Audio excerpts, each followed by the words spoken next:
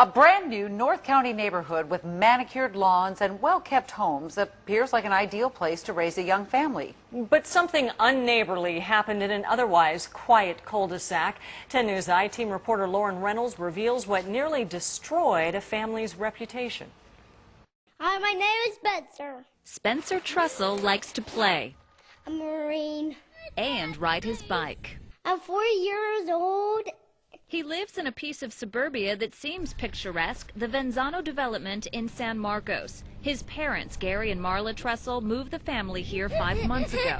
I thought it would be a good place for the children. But instead of being welcomed, the Trussell family has been under attack, they say, by neighbors with wild accusations, including that 4-year-old Spencer might come out with a firearm at any time. I thought they had lost their minds.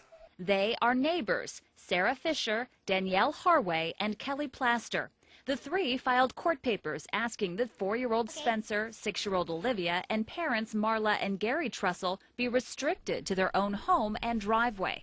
There was nothing that I had done, that my son had done, that my daughter had done, that my husband had done to warrant that type of a response. The neighbor's response was to file court papers stating Gary Trussell is a very violent, unstable, and unpredictable man. He looked to be on drugs. I am concerned that Gary or his son will gain access to Gary's firearms. There was no merit for any of their allegations. Gary and Marla Trussell tell a much different story. You love your mom? Yeah, and my dad. One that starts with a heartbreaking diagnosis when Spencer was 18 months old. It's like a part of me died that day.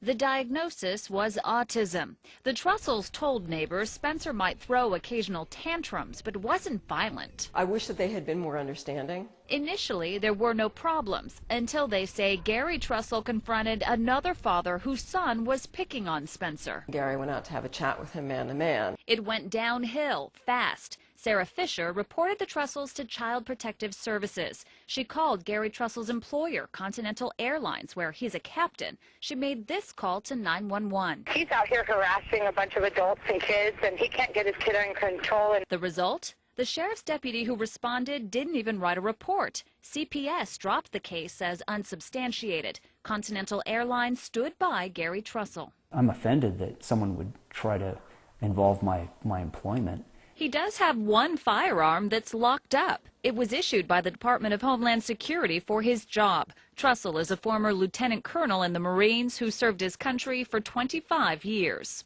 We're from Channel 10. We're doing a story about your neighborhood conflict. The neighbors who had so much to say before are now keeping silent. So maybe you want to make any kind of comment? That's okay, no thanks. It's a sad story. Dr. Kathy Sweeten runs the Center for Autism Research, Evaluation, and Service. She says autism can be devastating emotionally and financially. And then when you're just trying to live your everyday life and you come across people who are not kind to you, it's hard. The neighbors' accusations and court filings could have ruined the Trussells, but a judge tossed them all out. Now the family can go back to focusing on helping their son. The judge ordered the three neighbors to reimburse the Trussells $12,000 in attorney's fees. Meanwhile, within a month, a sign will go up on this pole announcing Autistic Child Area in the hopes of making others more understanding. With photojournalist Christian Cáceres, I'm Lauren Reynolds, 10 News. Lauren asked the Trussells what it would take to mend fences with their neighbors. They answered a very big public apology.